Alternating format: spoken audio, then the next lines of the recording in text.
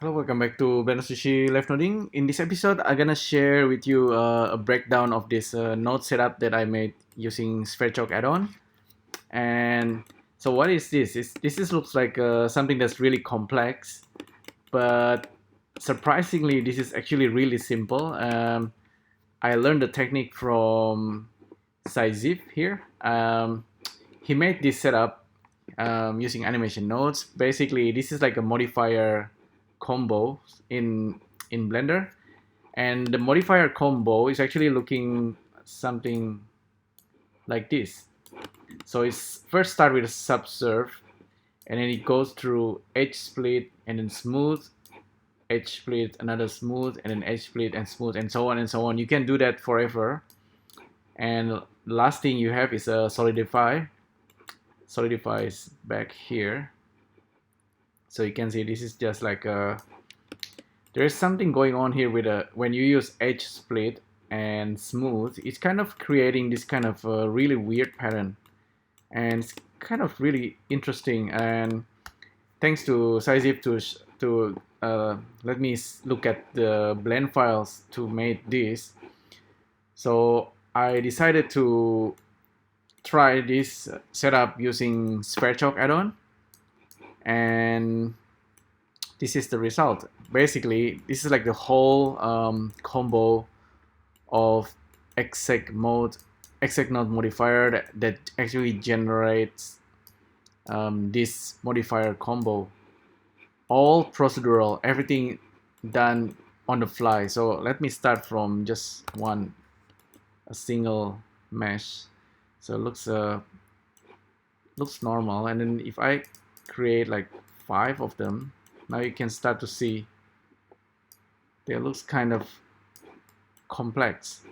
So let me reduce the complexity a little bit. It's actually rather simple. I don't know why this is possible, but let's see.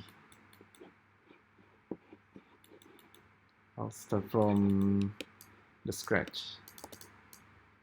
So I start, this is how it looks when it's like super basics and simple. Let me actually reduce the solidify. So this is how it looks when it's kind of flat. So we have 5 objects, and I start with just a plane. This is where it begins. There's this randomness that not necessary for now. So this is a step. So this is the pattern that I was talking about. Really weird pattern that's kind of happening once. If you use a edge split and smooth combo, you get that for free. And you kind of have like endless pattern somehow. So let's get the one that's kind of simple and then observe this. This actually, I don't need a big number. Just a simple plane, right? 7 by 6, and the stepping is really just the actual size. But you can see how whenever I change, the whole thing changes and procedurally generate this random pattern. So the plane it's outputted as a viewer B mesh, so it's become real objects, and this one is the instance. I'm using just line to do the instancing, and if I increase the value, I get more instance. So that's fine. Let's say we have, okay, let's make it 10. 10 is a good number, easy. So we have 10 instance of the plane, and then for each plane, I'm gonna add subsurf modifier. So this is the first one.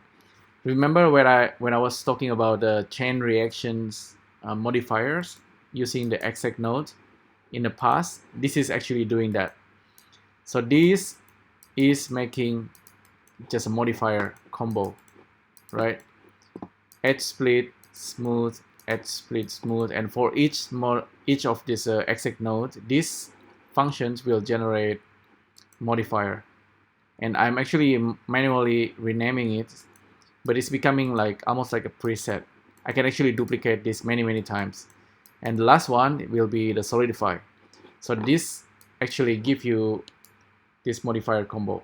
So I'm holding shift and then dragging let you collapse that.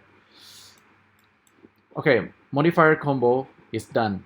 What's the next thing that I did? Basically, I'm looking into each and every what do you call it, data path. Yeah, the data path of the modifier. And this is the trick here: split angle of edge split and then the factor of the smooth. This one control the look of this as well. So I can randomize the seed and doing all the fancy stuff, but the split angle basically needs to be around 0 to get this to work. And this is just the smoothing, right? And I did this for each and every modifier. And here I can randomize the value. So I can go, like, I can try all kind of value here to get all kind of strange result, unexpected sometimes. With the smooth, if you go too far, it's gonna explode, right? Don't do that. But it's totally up to you if you want to do that. And the last one will be just the thickness for every single one. So if I go, that's I have negative value or something. But that's pretty much it, you know. This is like something that you can perhaps do.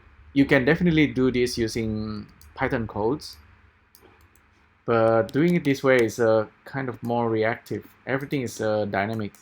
So this guy over here really just to set up the modifier. You can do this using Python, no problem. And this one is doing the modifications for the value of the modifier.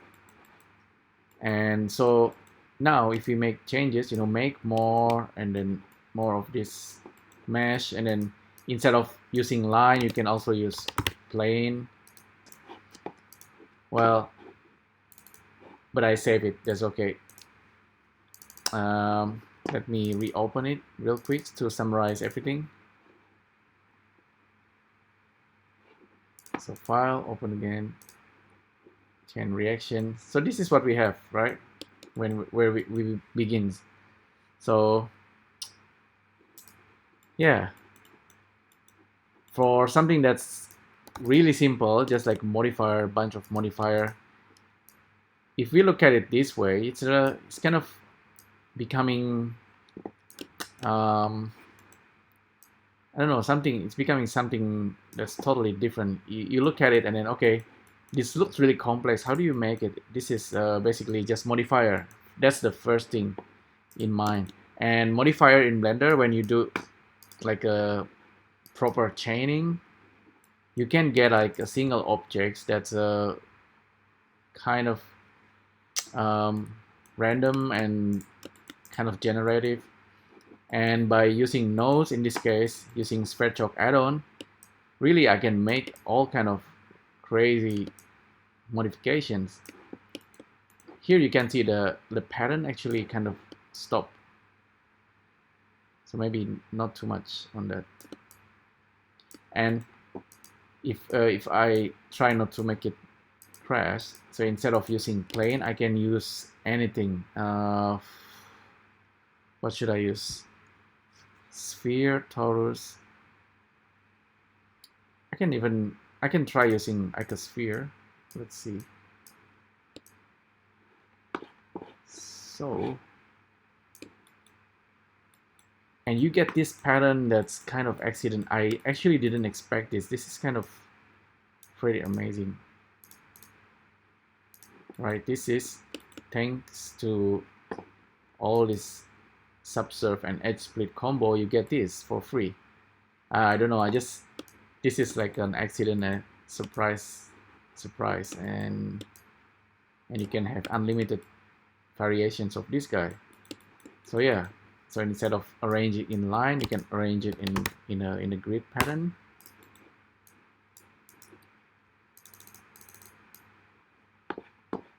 Something like that. So it's interesting.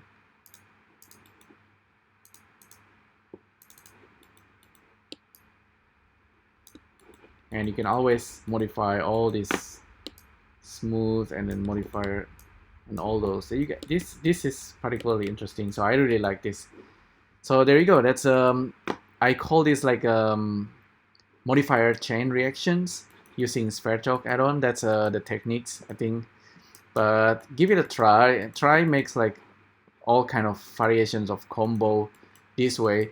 This is basically very easy. It's almost like manually adding modifier, but you kind of doing it using nodes, okay? And so yeah, hopefully you find this useful. Thanks again to Syziph for this example. And I learned a lot, and hopefully you also learn a lot. Thanks again for tuning in, and I'll see you next time. Bye.